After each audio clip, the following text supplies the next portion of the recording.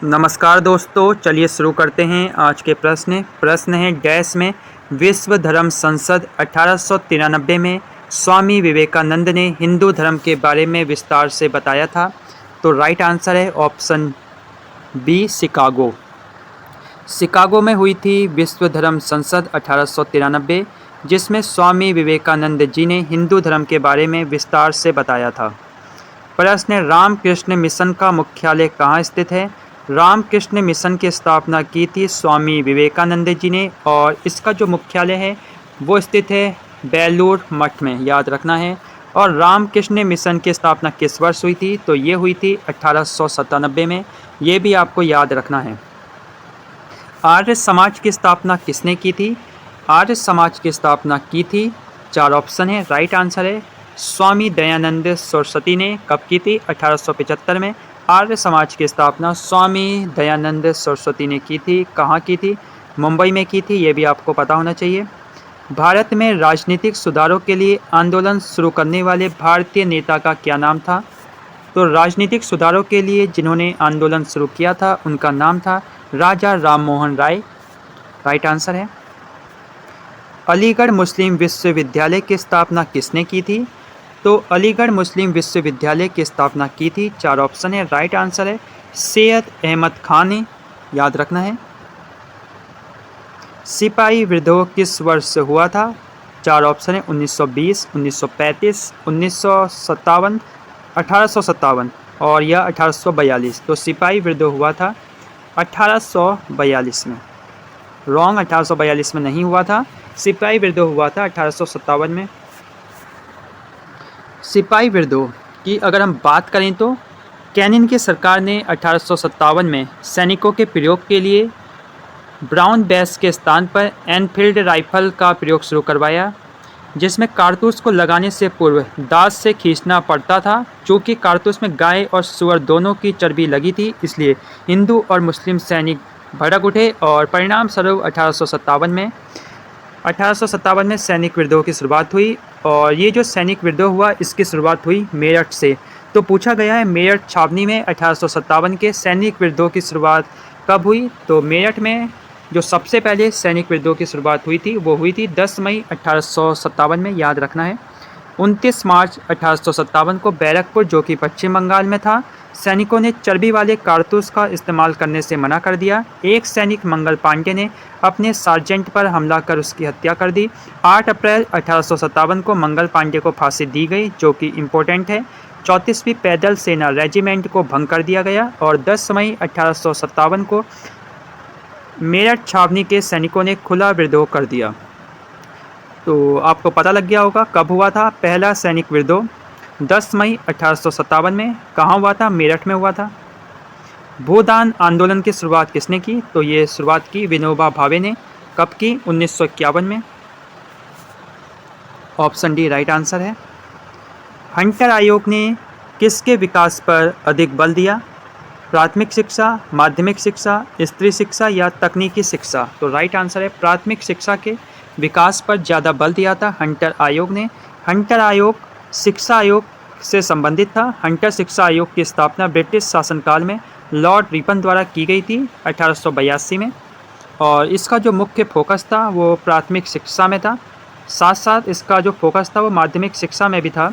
Hunter शिक्षा आयोग के प्राथमिक और माध्यमिक शिक्षा की समीक्षा तक ही सीमित रखा गया था इसको। इस आयोग ने प्राथमिक स्तर पर शिक्षा के महत्व पर अधिक बल दिया तथा उन्हें स्थानीय भाषा और उपयोगी विषय में शिक्षा देने का सुझाव दिया। प्रश्न है 1895 और 1804 के बंगाल विनियमन अधिनियमों ने डैश घोषित किया। मोस्ट इंपोर्टेंट प्रश्न है और राइट आंसर है कन्या हत्या को अवैध घोषित किया। 1795 और 1804 ईस्वी के बंगाल विनियम अधिनियमों ने कन्या हत्या को अवैध घोषित किया। इस अधिनियम के अंतर्गत शिशु हत्या पर भी प्रतिबंध लगाया गया। हिंदू विधवा पूर्ण विवाह अधिनियम 1856, जिसे अधिनियम 1856 भी कहा जाता है, 26 जुलाई 1856 को लागू हुआ, जिसे डैश द्वारा पारित किया गया। तो इसे पारित किया गया था प्रथम वायसराय कैनिंग के द्वारा, लॉर्ड कैनिंग के द्वारा। तो यहाँ आएगा कैनिंग, याद रखना है। ये प्रश्न बहुत बार पूछा जाता है। बाल विवाह अवरोध अधिनियम 1929 को निम्न में से किस अन्य नाम से भी जाना जाता है? निम्नलिखित में से किस अन्य नाम से जाना जाता है बाल विवाह अवरोध अधिनियम 1929 को? तो बाल विवाह अवरोध अधिनियम 1929 को शारदा अधिनियम के नाम से भी जाना जाता है, क्योंकि इस अधिनियम को लाने में सबसे ज़्यादा जो प्रयास किया वो हरविलास शारदा ने किया था और उन्हीं के नाम पर इसको जाना जाता है, शारदा अधिनियम 1929 या बाल विवाह अवरोध अधिनियम 1929। और ख़ास बात यह है कि इस अधिनियम के द्वारा लड़कियों की जो शादी की उम्र है वो 14 वर्ष की गई और लड़कों के जो शादी की उम्र है वो 18 वर्ष तक कर दी गई। तो याद रखना है, बाल विवाह अवरोध अधिनियम 1929 के द्वारा लड़कियों की शादी की उम्र 14 और लड़कों की शादी की उम्र 18 वर्ष तय की गई। निम्न में से कौन सा दूसरा प्रांत था जिसने सायक संधि को स्वीकार किया? तो सायक संधि को स्वीकार करने वाला दूसरा प्रांत था मैसूर। लॉर्ड वेल्जली की सायक संधि को स्वीकार करने वाला प्रथम भारतीय शासक हैदराबाद का निजाम था। निजाम ने सन 1798 में लॉर्ड वेल्जली की सायक संधि को स्वीकार किया। उसके बाद मैसूर दूसरा राज्य था जिसने 1799 ईस्वी में संधि पर हस्ताक्षर किए, जबकि 1801 में वेल्जली ने अवध के नवाब को इस संधि पर हस्ताक्षर करने के लिए बाध्य किया। सायक संधि किसी भी राज्य की संप्रभुता को छीनने वाला दस्तावेज था, तो बहुत ही इम्पोर्टेंट है और ये पूछा जाता है ये प्रश्न। तो याद रखना है, पहले किसने स्वीकार करी? तो हैदराबाद के निजाम ने, सेकंड मैसूर ने और उसके बाद अवध के नवाब ने 1801 में। प्रश्न है, भारत में पहली जनगणना किस वर्ष हुई? तो भारत में पहली जनगणना हुई 1872 में। किसके कार्यालय में हुई ये लॉर्ड मेयो के कार्यकाल में हुई 1872 में। उसके बाद नियमित जनगणना करवाई गई 1881 में लॉर्ड रिपन के शासनकाल में। और 2011 की जो जनगणना थी वो भारत की 15वीं जनगणना थी और स्वतंत्र भारत की, यानी भारत के स्वतंत्र होने के बाद ये 7वीं जनगणना थी। इस बार जो होगी वो भारत की 16वीं जनगणना होगी और स्वतंत्र भारत की 8वीं होगी। तो इसको इस प्रकार याद रख सकते हैं, 8 दूनी 16। स्वतंत्र भारत की 8वीं होगी और भारत की 16वीं होगी। इनमें से किस लड़ाई में अंग्रेज़ों ने बंगाल के नवाब सिराजुद्दौला को हराया? तो सिराजुद्दौला को हराया गया था 1757 के प्लासी की लड़ाई में। याद रखना है, बहुत ही अच्छा प्रश्न है। ब्रिटिश शासन को भारत से उखाड़ फेंकने के लिए इनमें से किसने फ्रांसीसियों की मदद मांगी थी? तो फ्रांसीसियों की मदद मांगी थी टीपू सुल्तान ने। बहुत ही अच्छा प्रश्न और इम्पोर्टेंट ये प्रश्न बनने वाला है एग्ज़ाम में, और टीपू सुल्तान के बारे में अच्छे से पढ़ना है आपको। वास्को डिगामा किस वर्ष से कालीकट में उतरा? 4 ऑप्शन है। वास्को डिगामा उतरा था 1498 में।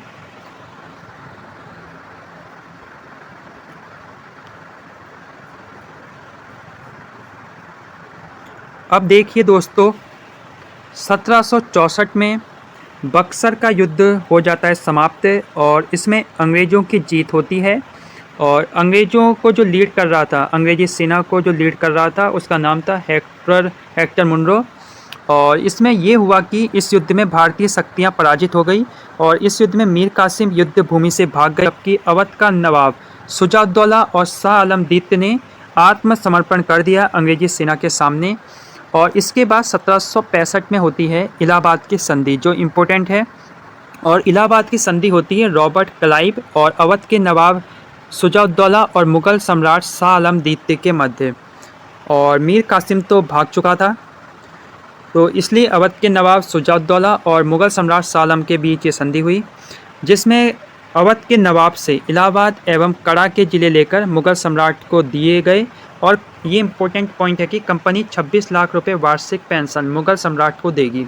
ये पूछा गया था, इलाहाबाद की संधि के द्वारा कितने रुपए वार्षिक पेंशन मुग़ल सम्राट को दिए गए? तो आंसर है 26 लाख। और मुग़ल सम्राट बंगाल, बिहार एवं उड़ीसा की दीवानी कंपनी को प्रदान करेगा, ऐसा इसमें शर्त रखी गई थी।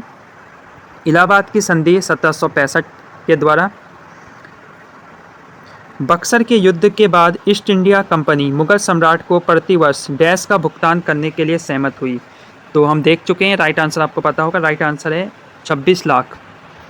बक्सर का युद्ध 1764 में अंग्रेजों तथा मीर कासिम अवध के नवाब शुजाउद्दौला और मुगल सम्राट शाह आलम द्वितीय के मध्य हुआ। इस युद्ध में अंग्रेज सेनापति हेक्टर मुनरो के नेतृत्व में अंग्रेज विजय हुए।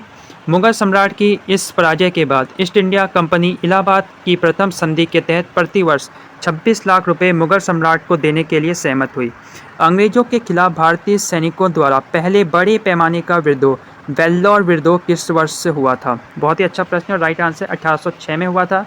वेल्लोर विद्रोह भारतीय सैनिकों द्वारा पहला बड़े पैमाने पर किया गया ये विद्रोह था। याद रखना 1806 में हुआ था वेल्लोर विद्रोह। दिल्ली का प्रसिद्ध लोहा स्तंभ जो सदियों से बिना जंग लगे खड़ा है वो निम्नलिखित में से किस ऐतिहासिक परिसर में स्थित है? तो 4 ऑप्शन हैं। बहुत अच्छा प्रश्न है। लोअर पीसीएस में पूछा गया ये लोअर पीसीएस में पूछा गया ये प्रश्न है और राइट आंसर है ऑप्शन सी, कुतुब मीनार परिसर में स्थित है लोहा स्तंभ जो 1600 वर्षों से बिना जंग लगे खुले आसमान के नीचे खड़ा है और इसकी ऊंचाई है 7.21 मीटर। तो ये थे आज के प्रश्न।